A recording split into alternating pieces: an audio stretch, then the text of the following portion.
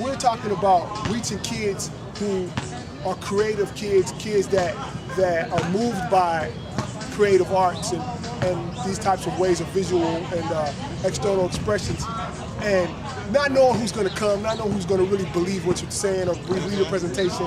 We have some phenomenal talent showing up there.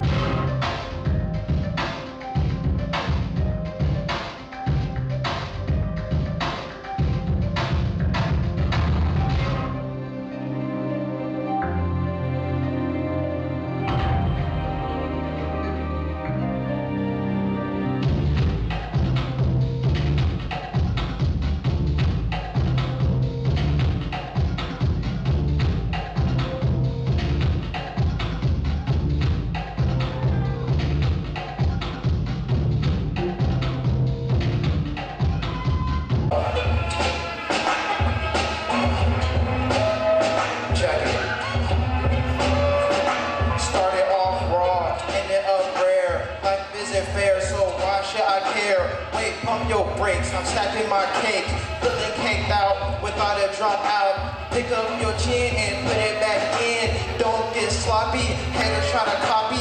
Can't copy me, can't you see? This is what I do, so I spit diddly. I ain't feeling this, then I know you feeling me. This is what I do what I please. Calico polo, more range than a robo. Suicidal flow, we call that Rozo. Y'all dress for less, I'm still not impressed. I'm nevertheless, blessed in my desire. We had a bunch of churches begin to support us and begin to show up. They brought their youth groups. You know, we saw a lot of church kids. We had Muslim kids that came in their burqas. I mean, sitting in there to the whole time, hearing the gospel and enjoying it. I mean, I don't know. It's shocking, and a lot of the ministries that came were surprised that somehow this ministry was able to pull this off.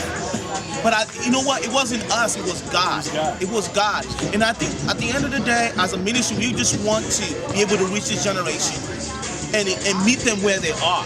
I picked up the Bible because I had like immense fear inside of me, you know? So I started reading the scriptures, and then that started comforting me. And then music kicked in there too, and I was like, all right, it's relaxing. And then I went to writing. And when I started writing, I just said, you know what, whatever I feel, I'm gonna let it out. And I started writing, and then I realized like, oh, it makes me feel like a lot better. I really want to be a part of something like this, because that's what people need. Something like this where it has different talents, different styles, different things just coming together, because that's what God wants, unity through different things, and that's what the community needs, different things combined together, because it builds a community. And I was sitting there waiting in front of a store, and I seen a little flyer on the ground. I'm like, it must be a new rapper in town. So I picked it up, and it says hip ho. I'm like, hip ho? That sounds kind of nice. And I read it on the back.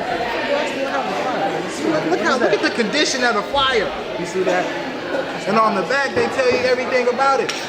We first heard about Hip Hop International through another member of our group, Perception. His name's Stephen. He was coming out of school one day and somebody approached him with a leaflet telling him about their company.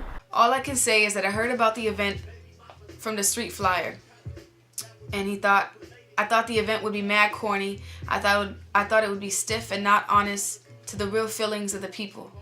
Church can be like that. Rather than opening up, we can hide. But I believe Jesus was an emancipator who said, speak with the tongues of the people. And y'all did. It was the most fun I had in England beyond any club or party. As I said, hip hop was hope for me.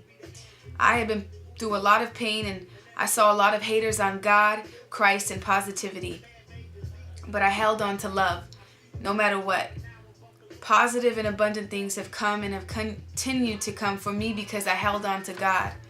You know, I think sometimes the church is just like, they need to come to us. We're like, no, we need to go to where they are and get the gospel out to them. And that's really where our heart is. I mean, at the end of the day, you know, Hip Hop International, as I said earlier, is about, our vision is to help young people discover their talents, develop character, and help ministries to unite to reach this next generation.